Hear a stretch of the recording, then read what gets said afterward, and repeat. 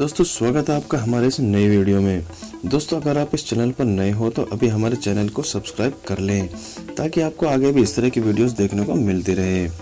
दोस्तों आज हम बात करते हैं नॉर्वे देश के बारे में। दोस्तों नॉर्वे यूरोप में बसा एक खूबसूरत देश है। दोस्तों नॉर्वे की राजधानी ओस्लो है।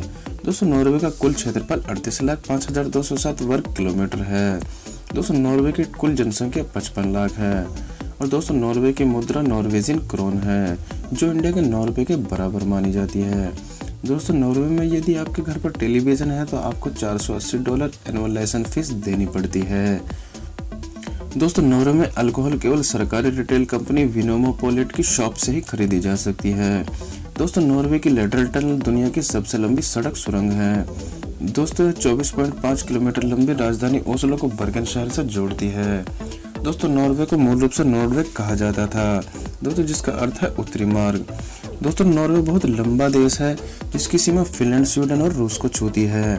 दोस्तों नॉर्वे और स्वीडन 1814 से 1905 तक एक ही देश थे, लेकिन 1905 में स्वीडन नॉर्वे से अलग हो गया था। दोस्तों 17 मई 1814 को नॉर्वे का संविधान बना था।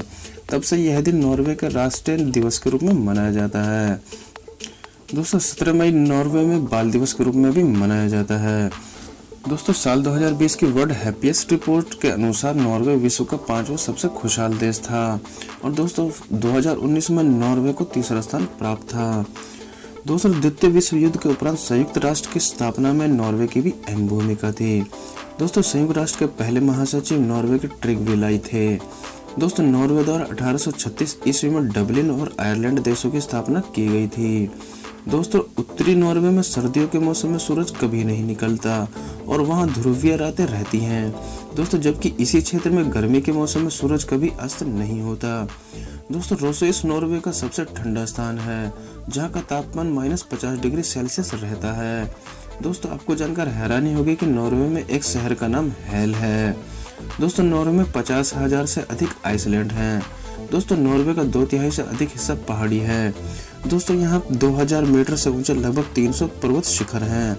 दोस्तों नॉर्वे के फिजोर्ड पूरे विश्व में प्रसिद्ध हैं और हर साल पूरे विश्व से पर्यटक यहाँ इनका नज़ारा लेने आते हैं। दोस्तों नॉर्वे के विभिन्न भागों में 1000 से ज़्यादा फिजोर्ड हैं जो विश्व में सबसे ज़्यादा माने जाते हैं। दोस्तों सोग्ने फिजोर्ड नॉर्वे का सबसे बड़ा और दुनिया का तीसरा सबसे बड़ा फिजोर्ड माना जाता है। दोस्तों यह समुद्र के अंदर 205 किलोमीटर तक फैला हुआ है। दोस्तों नॉर्वे में 4,50,000 से ज़्यादा झीलें हैं। दोस्तों यदि नॉर्वे की आबादी के हिसाब से देखा जाए तो यहाँ हर 12वें व्यक्ति के लिए एक झील है। दोस्तों नॉर्वे बारहसिंगा, भालू, व्हेल के मांस, मछली और वाइकिंग्स आदि के लिए प्रसिद्ध है। दोस्तों नॉर्वे का राष्ट्रीय पशु एल्क है। दोस्तों यह दुनिया में हिरण परिवार की सबसे बड़ी प्रजातियों में से एक माना जाता है। दोस्तों नॉर्वे का एक शहर स्वालबर्ड में लोगों की आबादी से ज़्यादा भालुओं की संख्या अधिक है। दोस्तों एफएम रेडियो बंद करने वाला दुनिया का पहला देश नॉर्वे था। दोस्तों साल 2017 से नॉर्वे में एफएम बंद करके डिजिटल ऑडियो ब्रॉडकास्टिंग तकनीक का इस्तेमाल किया जा रहा है। नॉर्वे में पुरुषों के 2 नाम सबसे ज्यादा रखे जाते हैं। दोस्तों 2 नाम ऑड और इवन हैं। दोस्तों नॉर्वे के लोग दुनिया के अन्य लोगों के मुकाबले अधिक किताबें पढ़ते हैं। दोस्तों वे औसतन 500 करोड़ पुस्तकों पर खर्च कर देते हैं।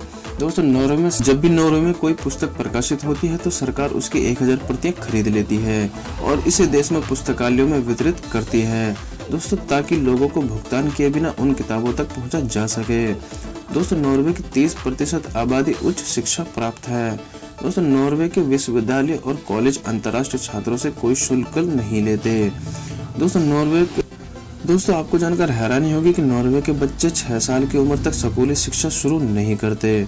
दोस्तों नॉर्वे में 12 साल या उससे कम उम्र के बच्चों को विज्ञापनों में दिखाना गैर कानूनी माना जाता है। साल 2008 से नॉर्वे में समलैंगिक विवाह को कानूनी मान्यता प्राप्त है।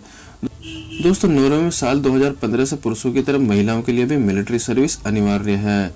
दोस्तों ऐसा करने वाला नॉर्वे पहला यूरोपियन देश है।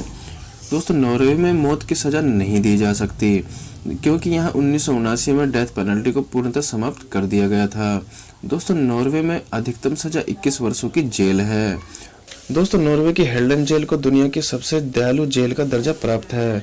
दोस्तों इस जेल में कैदियों को होटल जैसी सुविधाएं मिलती है। यहाँ कैदियों को video game, TV, music, basketball court और जिम की सुविधाएं दी गई है। दोस्तों जेल का मकसद कैदियों को एक बेहतर इंसान बनाना है।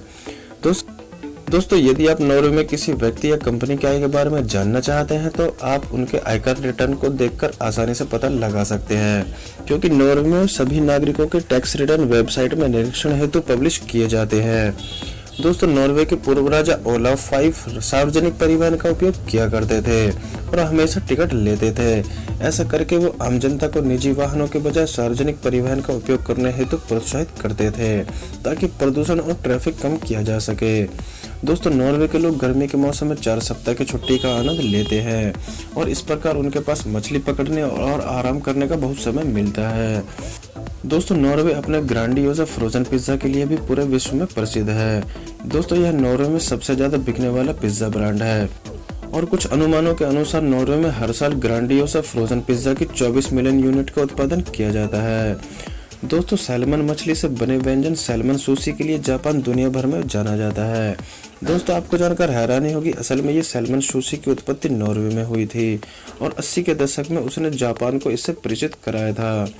दोस्तों नॉर्वे में 2011 से मक्खन का संकट इतना है कि देश में 250 ग्राम मक्खन की कीमत $50 है। दोस्तों फिनलैंड के बाद नॉर्वे में प्रति व्यक्ति कॉफी की खपत बहुत ज्यादा है।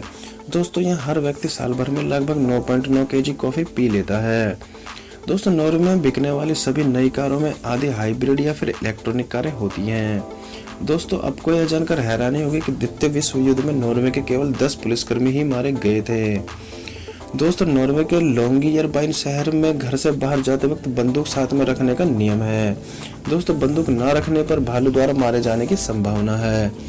दोस्तों नॉर्वे में पहली बार हुई विमान हाईजैकिंग में हाईजैकर ने शराब के बदले में अपने हथियार सरेंडर कर दिए थे। दोस्तों 1985 में हाईजैकर ने विमान की पूरी शराब पीकर खत्म करने के बाद उसने और शराब की मांग की और उसके एवज में अपने हथियार सौंप दिए और इस विमान में लोकल पुलिस द्वारा शराब पहुंचाई गई और दोस्तों कुछ ही देर बाद हाईजैकर को पकड़ लिया गया था। दोस्तों उम्मीद करते हैं आपको वीडियो अच्छी लगी होगी। दोस्तों वीडियो अच्छी लगी हो तो अभी हमारे चैनल को सब्सक्राइब कर लें।